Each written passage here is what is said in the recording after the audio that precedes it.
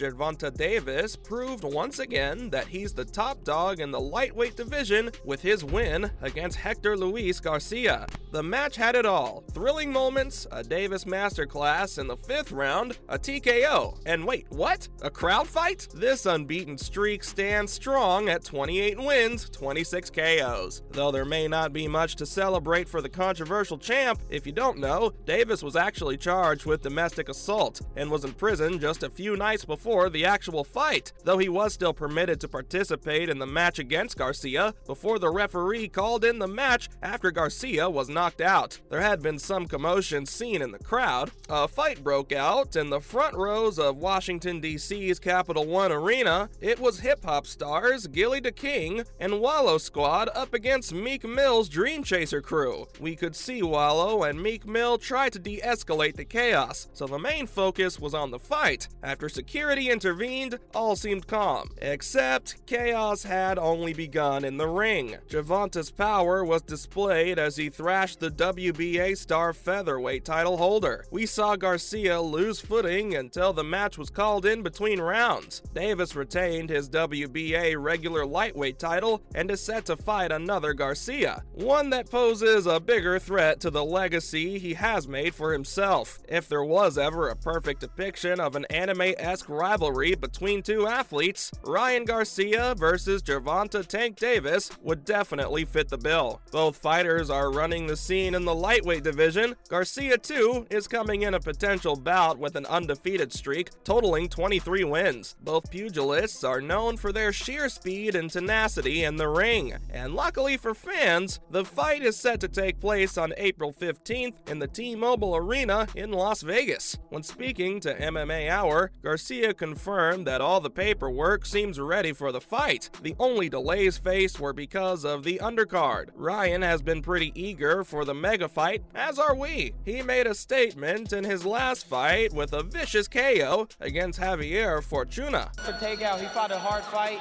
He was making it a little difficult for me to end him. I hit him with some shots. I mean, look at the speed on those combos. If we can barely see them, I don't blame Fortuna for taking the knee. Ryan had every fan in the arena buzzing after he called out Tank in the post-fight conference. It looks like there isn't much competition for him besides Devin Haney and Tank himself. It has been a long time coming since the fight was originally discussed to happen in January, until Gervonta suggested a new weight limit. Ryan continued saying that he was worried and slightly annoyed when Gervonta decided to take up the Hector Luis Garcia fight. After all, this gave Hector an extra payday. Oh, and he was also worried that Gervonta would face an injury that would delay their bout. Yep, Ryan Garcia defied allegations that he'd been avoiding the Tank all this time. Apparently, he had been trying his best to give the fans the fight they wanted so badly, until the networks agreed to finally cook something up. Now, all that's really left is to find the perfect date for the showdown. Understandably, Garcia is really keeping a close eye on whatever Davis is doing right now. A big part of the preparation in boxing is dissecting and analyzing your opponent, their game, and the physical shape they are in to strategize a plan. Ryan then went on to grade Tank's tune-up clash against Hector Garcia. He claimed that Garcia is pretty choosy with his punches, and his most potent punches need quite the wind-up to land. That really must have had Ryan Garcia licking his lips. If you know anything about the 24-year-old, is that all he needs is a split second to immobilize his opponents. Professor Garcia graded Tank's performance from a B-